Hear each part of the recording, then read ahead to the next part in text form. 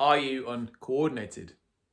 It's Karen and Chris discussing something which we see a lot with our clients up and down the classes, and I've seen particularly a lot teaching kids athletics. Now, when we see people in our classes and when we teach them, train them, quite often we underestimate the importance of coordination. And what we often do, or we do in the fitness industry, is we layer poor movements on top of lack of coordination. Now, a technical term for a lack of coordination to the point where it affects you physically and socially is dyspraxia. And we just underestimate the amount of people out there who have coordination problems.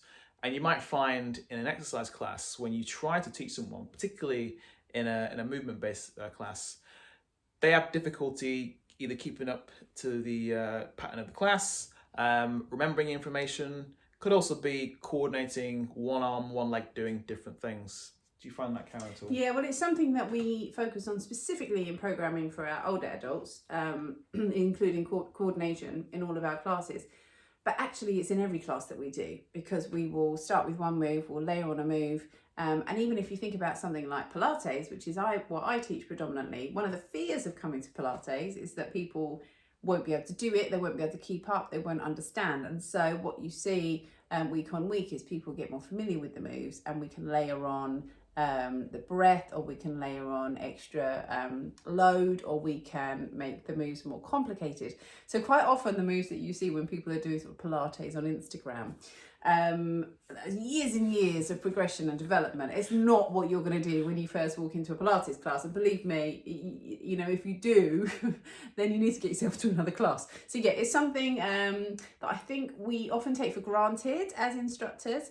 But, and in fact, actually, I think teaching online has really made us focus, because it's much harder to see and to communicate when you're teaching on Zoom. So we really need to focus a lot more on coordination.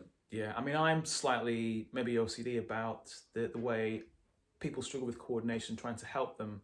It's my hesitancy in doing boot camps for people, or starting off on the HIIT training, because all I see is you're just layering HIIT fitness or boot camp fitness on top of people who have poor coordination, and at some point that lack of coordination breaks down, and that's how you get little injuries or misfires. I've seen it now in children who have poor coordination issues. And what you've got to consider is this is not just an aesthetic or just a kind of a wish list of things you want to have when you're trying to get fit.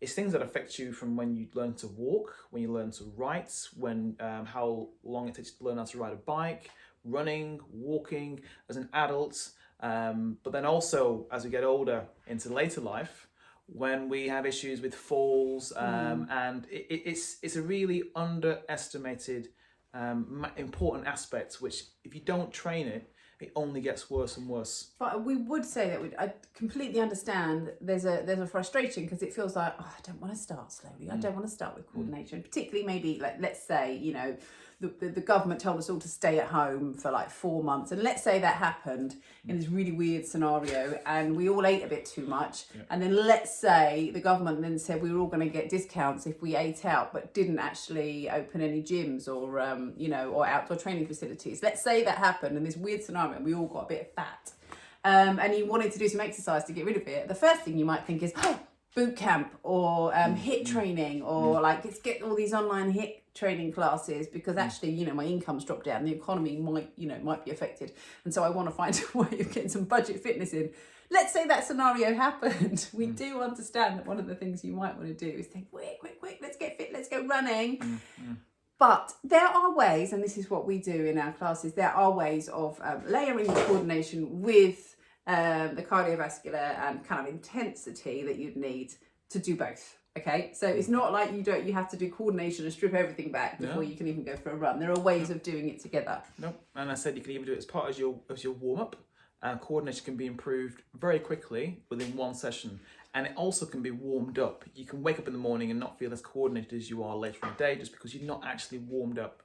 So it could just be spending five minutes before you do your exercise session, whether you go out for a run or you're doing your Pilates, whatever exercise that you choose to do, is spending a bit of time in warming up your coordination to the point where your brain tops out. And what I mean by that is you try to challenge yourself enough to the point where you have to think, and then all of a sudden you can't increase the speed because your brain can't coordinate either the limb or a part of your body. It can be really mindful as well, actually. A bit like, you know, if you've ever been skiing or if you've ever learned a new skill, paddleboarding is a really good example. You have to really focus on what you're doing, and by doing so, you're very present. So you sort of, it's quite relaxing. You kind of get rid of all of the stuff going on outside. And one example that I just thought of when Chris was talking there, when he's done a couple of training sessions with me, and there's a very simple example if you're trying to jog and punch at the same time. And I can remember the first time I did it, what? You know, and then second time through the same exercise, it just started to come together. So there are some real, you know, there are some exercises that you might think that you're lacking in strength. But actually, once you've got the coordination going and once you've got those, you know, nervous system firing, then you'll find that you can actually do the move. Good. And what can you do to just generally improve coordination quite quickly? Little things, as Karen described, you run on a spot and you box, and the idea behind it in one of our sessions is we're trying to coordinate the arms and the legs without thinking about it. And a progression from that is once you get the arms and legs moving, you increase the speed, or then you add a layer of distraction where you're trying to count backwards, or you know, you're trying to talk at the same time to switch off so it becomes more automatic. Around the house, around the home, you could, for example, we know one participant who she brushed her teeth with her left hand rather than her right, so you could change hands. That's one thing you could do.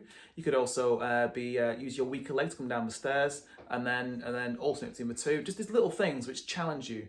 But it's the main reason why I, in particular, well, we're both on the same page, but I in particular really struggle with a lot of the, right, let's get fit, but you've not, it's almost like jumping into a 10 chapter, 400 page novel without learning how to read properly. Can I just get a better analogy here? It's like trying to make a roulade before you've made a Victoria sponge. Okay, it's just no point.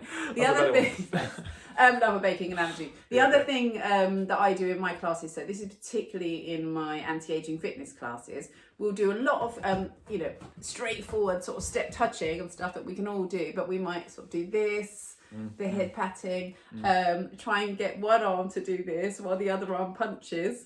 So this is nice stuff for the wrists and the hands we need to do in those classes, but we're trying to get everything happening at the same time. And then adding resistance work to balances. So maybe standing on one leg and doing some, I say resistance work, it's quite small weight, it's quite low weight, so it's still more cardio based. So we do lots of that in our classes, and we actually make it quite fun, like throwing cushions around, trying to grab things off the floor on one leg. It's all very light-hearted. We're not going to stand there and be like really serious, you must do your coordination. But it's much more light-hearted in my classes. And the last thing I want to mention is about the kids as well. So if you have children or young people in your life, whether it's grandchildren or nieces and nephews, my concern now is that I generally see across kids and adults, but mainly kids, poor coordination. I'm not looking out for it. Unfortunately, once it's revealed to you, you can't not see what you're seeing. And it's more evident than ever that kids are now growing with very little coordination, or not very little, but poor coordination, because they aren't being stressed enough in the way which they should be, whether it's learning how to fall, crawling, scooters, bikes, climbing, just rough and tumble, whatever we did as kids.